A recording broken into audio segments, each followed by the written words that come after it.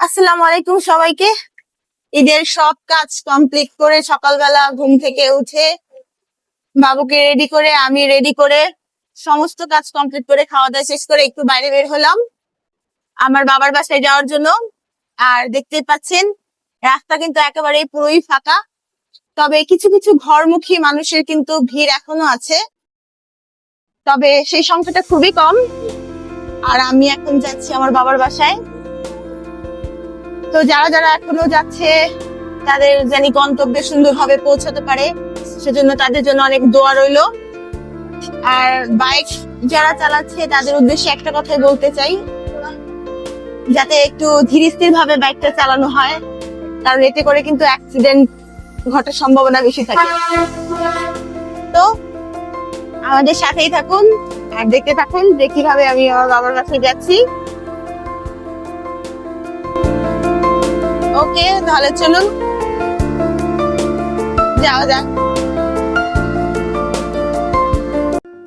আর এই তো অটো নিয়ে নিয়েছি। আমার বাসা থেকে আমার বাবার বাসা যেহেতু বেশি একটা দূর না, অটো দিয়ে যাওয়া যায়। আসলে মেয়েদের জীবনটা বড় অদ্ভুত, যে বাবার বাসায় 20-25 বছর থাকা হয়, ঈদ করা হয় ভাই বোনদের সাথে একসাথে। বিয়ের পর এমন হয় যে 15-20 বছরেও আর বাবা মায়ের সাথে ভাই বোনদের সাথে ঈদে দেখাও হয় না, আর ঈদ করাও হয় না। আলহামদুলিল্লাহ, সেদিক থেকে কিন্তু আমার ভাগ্যটা অনেক ভালো। আমি কিন্তু আমার বাবার বাসায় ঈদ করতে পারি। আর এই তো আমি কিন্তু আমার বাবার বাসায় চলে এসেছি। এই তো চলে এসেছি আমার মায়ের বাসায়।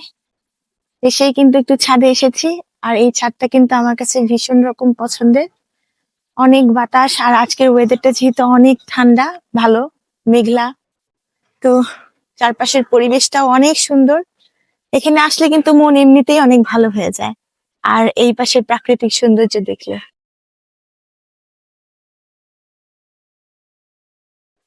পাশে কিন্তু আর্মিদের ক্যান্টনমেন্ট, এজন্য কিন্তু এই পাশটা পুরোটাই কিন্তু ফাঁকা, চারপাশে সবুজ গাছপালা, সত্যি মনোমুগ্ধকর পরিবেশ। আর এটা হচ্ছে একটা রিসোর্ট, ছোটখাটো। এখানে কিন্তু অনেক রকমের গাছ আছে, খুবই চমৎকার।